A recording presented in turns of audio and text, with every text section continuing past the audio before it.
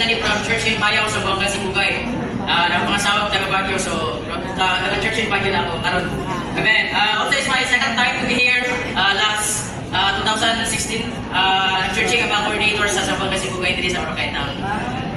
Salamat sa Ginoo sa Romans 8:9, but you are not in the flesh, but we are in the Spirit. Even in the Spirit of God dwells in you. Salamat sa Panginoon na tayo ay wala na sa laman ngayon. Tayo ay nasa Espiritu. Ang Diyos bilang Espiritu ay nanahan sa ating Espiritu. Nais ng Diyos na lumaganap mula sa ating Espiritu tungo sa ating kaluluwa. Maging tungo sa ating katawan, mga kapatid. Kaya sabi niya sa Ephesians 3:17 that Christ be made His home in our hearts. Salamat sa Panginoon na mas ang Diyos, lalo siyang manahan sa ating Espiritu, mas lalo siyang lumaganap tungo sa ating kaluluwa. Amen. Sa Romans 10, in our spirit we have life. Kapag ang Diyos ay lumaganap mula sa ating Espiritu, ang ating kaluluwa ay maging buhay din, mga kapatid. Maging ating katawan ay mapunuan ito ng buhay. Kasi kalaunan ang Diyos ay may hayag tungo sa tatlong bahagi ng ating pagkatao. Praise the Lord in 2 Corinthians chapter 3 verse 17. And the Lord is the Spirit. And where the Spirit Of the Lord there is freedom. Praise the Lord for the Spirit of Christ. So that we can enjoy and experience. So despite our differences in our lives, we are still in one Spirit. Amen. So Romans 8:2 says that the law of the Spirit of life has freed me in Christ Jesus, and from the law of sin and of death. So this shows us that our Christian life is not about our effort, but about another law working in us. And this law is the law of the Spirit of life. So the Spirit brings life to our spirit when we are regenerated, is now renewing and transforming our soul, and will one day give life to our body in glory. So our part is to simply set our mind on the Spirit. So day by day, brothers and sisters, instead of trying our own strength, let us turn to the Lord and call on His name. Amen. Praise the Lord. Amen. I'm Brother Gerald from Baguio. Amen. So praise the Lord. Romans 8 says it's not a doctrinal chapter, but indeed it is an experienceable chapter. Amen. So it is Christ who has been processed to be the life-giving Spirit. And now we can conclude that He is now dwelling in our spirit, and His heart desire is to make His home in our heart. And if we allow Him, means we need to really open ourselves. We need to learn the lesson of opening ourselves so that the Lord can dwell in us. And how can we open? We just, Lord Jesus! And immediately He can enter into us. Amen. Yes. This is not new. No? We are familiar with our calling on the Lord. So saints, we have to do our calling on the Lord. Praise the Lord for the indwelling Christ. Christ as the Spirit is now dwelling in our spirit. Praise the Lord that in God's justification we have received His righteousness, in which the triune God entered into us, making our spirit alive, even life itself. But although we have already been obtained and participated in His righteousness, our inward parts still need to be saturated by Him. That's why we need to cooperate with this indwelling Christ. By setting our mind in our spirit, then the Lord will be able to operate Himself inwardly in us. And I also enjoy that we need to allow Christ to make His home in our hearts. Every part of our being must be occupied by Christ. We should not allow only Christ to dwell in our spirit, but we need to allow Christ to spread in our soul, eventually into our mortal body. Brother Thomas, praise the Lord. And very prayer of God work together in oneness to dispense the divine life in our being. Amen. Not only to regenerate our spirit and make our spirit life. Amen. Not only spread this life in our mind, to make our mind life. Amen. Or to give life to our mortal being. Amen. Join in Romans 8:10. Though the body is dead because of sin, but the spirit is life because of righteousness. Thank the Lord that our spirit has not only been regenerated and made living, but it has become life. The moment that we have believed in Christ, the divine spirit of life has come into our spirit, and now these two spirits have become one. Thank the Lord that Christ is now so experiential to us, because He is now the dwelling Christ as a spirit within us. Amen. If we call on Him and turn to our spirit, we can day by day experience Christ. Amen. Salamat sa Ginoo mga igsoon. Halipay kaayo ang inyong gugmar mga igsoon. Linaw kaayo ang inyong diluto na pagkaon. Labi nga ang kahayag na Kristo nga nagtubo sa inyo. Amen. In Tagalog, napakatamis ng inyong pag-ibig mga kapatid. Napakasarap ng inyong mga nilutong inihain na nilutong pagkain. Lalo na ang Kristo na nanahan sa bawat isa. Ito ang buhay katawan mga kapatid. So napakahalaga na makita natin ang iisang katawan o ang isang pangsangsi sinukob na katawan ni Kristo. Kailangan natin na tayo ay maitayo, maihalo para sa isang katawan. Amen. Praise the Lord. In Romans 8:9 it says there that, yet if anyone does not have the Spirit of Christ, he is not of him. But thank the Lord that our Christ has been processed and has now become the Spirit indwelling in us. This is the only way that we can enjoy and experience Christ in a subjective way. Sister Valerie Estromon. Amen. Amen. Dagon ang Ginoo mga igsoon. Amen. So praise the Lord for Romans 8:11. If the Spirit of the one who raised Jesus from the dead dwells in you, he who raised Christ from the dead will also give life to your mortal bodies through his Spirit who indwells you. So thank the Lord that God has been processed to become this life-giving Spirit, even this indwelling Spirit, which is the very giant God. And he don't just want to be in our spirit, but also to spread through our mortal bodies, through our mind, emotion, and will, and even through being magnified in our bodies. So we just need to be remaining under his anointing, or under his dispensing, so that we could even much more be transformed, and that this indwelling Christ would really be manifested into our mortal body. Kaya, Shermine Balitas po from Church in Baguio. single. Kayo na, hindi ako. Amen. Purihin ang Panginoon, mga kapatid. Maraming salamat sa inyo, mga igsoon, na nandito kami sa Church in Oroquita.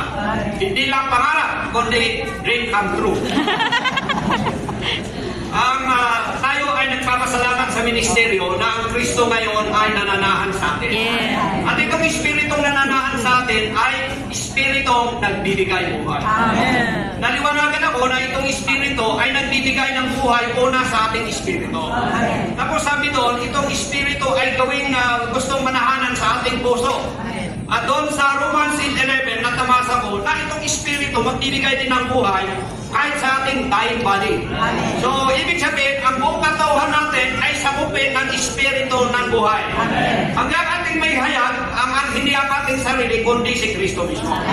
Natamasa ko rin sa aking karanasan na, pag nag-iisa ka, pwede kang magtamasang mag-isa. Pero ito ay limitado. Pero pagkasama mo yung mga kapatid, daghang pagtatamasa. Kaya ito ang sikreto. Kaya nagiging ma-happy tayo. Bakit? Kahit hindi na pa tayo nag-uusap, bakit mayroon tayong kasiyahan sa loob natin? Dahil ang Espiritu ay dumadaloy sa ating lahat.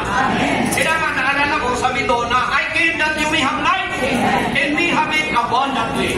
So, through our numbers, the life is really multiplying. At naalala ko yung isang verse sa Ephesians, sabi doon, na in whom you also, hindi lang mag-isa, in whom you also are being built together into a dwelling place of God in Spirit. Kaya tayo ngayon, lahat ay tahanan ng Diyos. At tinatayo niya ng sama-sama. Kaya salamat mga kapatid, at nandito kami sa inyo. Triune God went through the process so that eventually He will be in His available form to become the Spirit that we may be able to experience Him. That's why this is the very core of the Bible, as Brother Lee said, because what God desires is that we be brought into an experience of this triune God. Religion, they have God, but in an objective way. But to us, praise the Lord! Our God is really experiential. But in 1 Corinthians, we could see that our God is a tabernacle that we could enter into. He is the enterable God. But here in the book of Romans, particularly in 5 through 8, as Brother Lee, this is the kernel of the Bible. If we take this away, then the Bible may be empty. That's why if we are going to take away also the Christ who made Himself available, and it's only just in the mind, that's not what God intends to do. He wants us to be brought into the experience of Himself.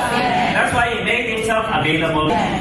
So my burden is that, well, in the recovery, I know I was brought into the Lord's recovery in 1988, but of course here in the South, you were recovered much earlier.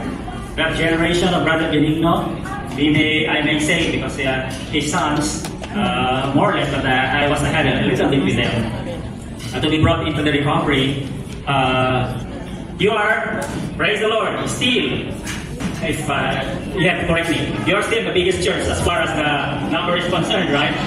That's why you did not invite the whole church to be here. Because this building, according to my memory, this building was constructed before 2000. Yeah. Okay. These were the Livingstone Lee and Caleb Oyang. They came to minister with you. And of course, a few years thereafter, the blending hall in Baguio was conceived to be constructed. So far. But this time, I know how much the Lord has blessed us.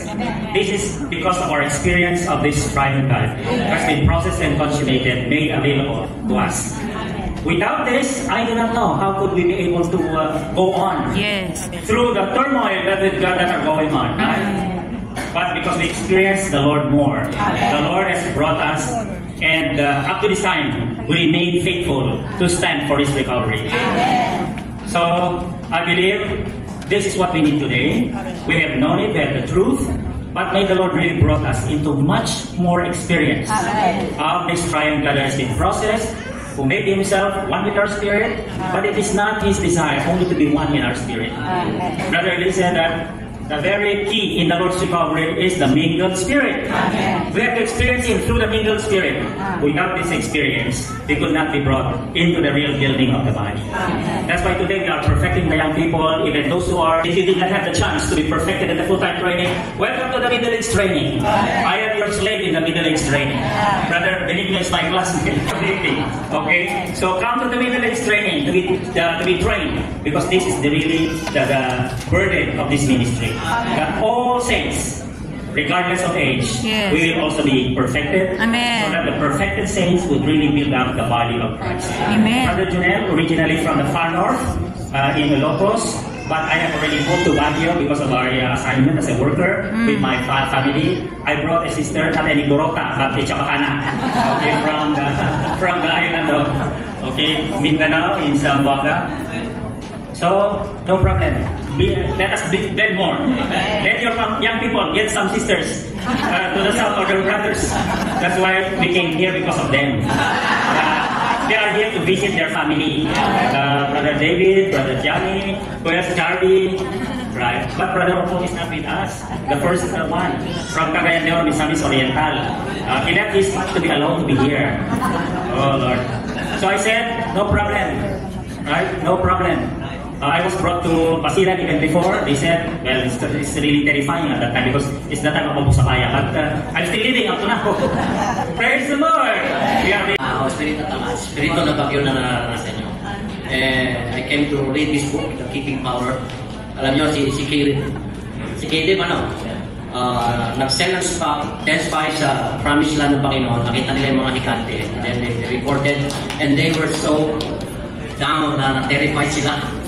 Mga hikante, ang lalaki nila, na-dismay sila. Pero, you know what?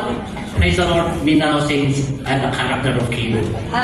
Although malalaking problema ang kinakaharap, iyan sabi ni Caleb, ito ang nagbigay ng lakas ko. Dito ko naranasan ang keeping power of God. Amen. So this reminds us sa ating Christian life, huwag natin titigan yung mundo. Ang titigan natin yung vision na promise ng Panginoon. Maring we have been passing through a lot of mountains, troubles, sufferings. But praise the Lord, sabi ni Caleb, pagkain natin ito. Kakainin natin sila at ito magpapalakas sa atin to go on in our church life. Amen. Praise the Lord for His dwelling Christ within us.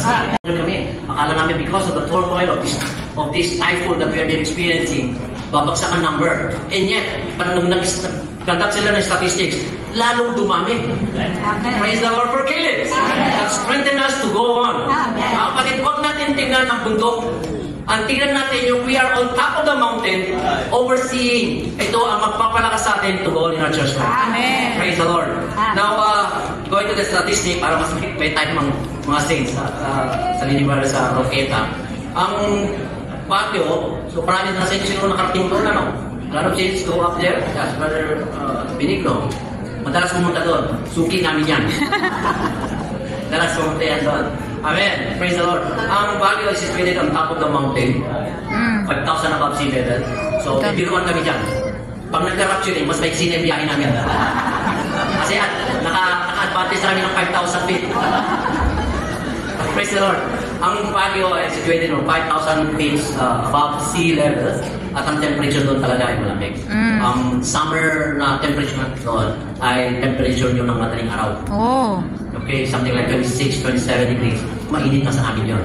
Pero ngayon because of the yung calamity na, yung weather natin ngayon nag-change na, na-apektuhan na rin ang Baguio. But anyway, ang Baguio was established, ang Church of Baguio established way back 1967. It is one of the oldest church in Luzon. 7 churches lang dati noon, kasi ang Metro Manila, ang one of the 7 is Baguio. Itong outside Metro Manila, siya lang yung pinakamatandang ecclesia. Kasi before the church in Baguio was established, si Brother Lee madalas umakit sila sa Baguio. They're conducting their year-end conference in December. At nag-hire sila sa lugar, church camp. Doon sila nakatandak ng conference nila. Then Brother Lee told to the leading brothers in Metro Manila, there should be a golden lampstand here in Baguio. So the leading brothers from Metro Manila, including si Brother David Tantik Tik-anya. Took the lead to propagate in Baguio. There's a family who stood up for the testimony and established a church in Baguio way back 1967. And during the time when Brother Lee nirelease niya yung burden ng new way for the church start propagating province of Benguet. Ang Benguet ay mayroong 14 localities. Out of these 14, 13 ang municipalities, isang city which is Baguio City. Amen. Praise the Lord. Kaya ang nandito ngayon ay 4 na locality. Ang Baguio established 1967, Trinidad was established 1988, Tublay 1995, Tuba 1992. Ano bang isang plan? Okay. But praise the Lord. Ang ecclesia ng Baguio ay naging propagating church. Almost more than 20 localities were established, including the province of La Union. Praise the Lord. Kaya, pero sa ngayon, yung mga churches in Benguet are now also a propagating church. Amen. They will also go up and propagate, mag-recover ng mga ecclesia na wala ng pagkukulong. Amen. Praise the Lord for the church recovery. Amen. Amen. For the dwelling Christ na nanatili sa atin. Ang Baguio kasi noon, sabi natin, hindi kilalang kilala yan. It is the summer capital of the Philippines, kilala even in abroad. So during that time, maraming churches ang umaakyat sa Baguio at nakikipag-blend sa amin. So magmula nun, hindi na huminto ang blending doon. So during that time, isa lang yung meeting hall natin, maliit pa yun. Okay, heritage pa yun. Yung design nun is 1950. Ang design ng building na yun at kahoy. Okay, during that time, we have a problem with the accommodations. Praise the Lord, yung accommodation noon, katulad ng ginawa ninyo sa mga bahay-bahay. Okay? Na nag-accommodate din kami na lang ilang 2 to 3 years. Ginawa namin yun. Then eventually, mas lalo na umaakyat. Kaya nagkulang na yung bahay. So we came up into prayer. Brother Liu told us, you need to buy a bigger lot. A bigger lot. Ayaw lumitin. Sabi namin, i-renovate na lang itong all one. No, too small. Get a bigger one. So, praise the Lord, a blending center na doon sa Baguio. Okay? Meron seating capacity ng around 2,000 seating capacity. Okay? We can accommodate around 400 accommodations pwede doon. Dormitory tayo. Praise the Lord. Ang hallman ngayon ay dati ay luma. Ngayon ay matatapos lang last year. Ang hallman natin bago na siya yung binagay natin mga kapatid. Amen. Praise the Lord. So, una-una, salamat sa inyong mainit na pagtanggap sa amin. Amen. Praise the Lord. Tunay nga, through going out, nawaway din yung mga ating pagkaunawa. Sabi namin sa brothers, we're not here not only to visit you, but to learn more from you. Kasi as our brother told us, Roqueta is the biggest church number of meeting ones sa entire Philippines. Philippines yan. Philippines yan. Amen. Praise the Lord. And okay. May nakalimutan naman tayo.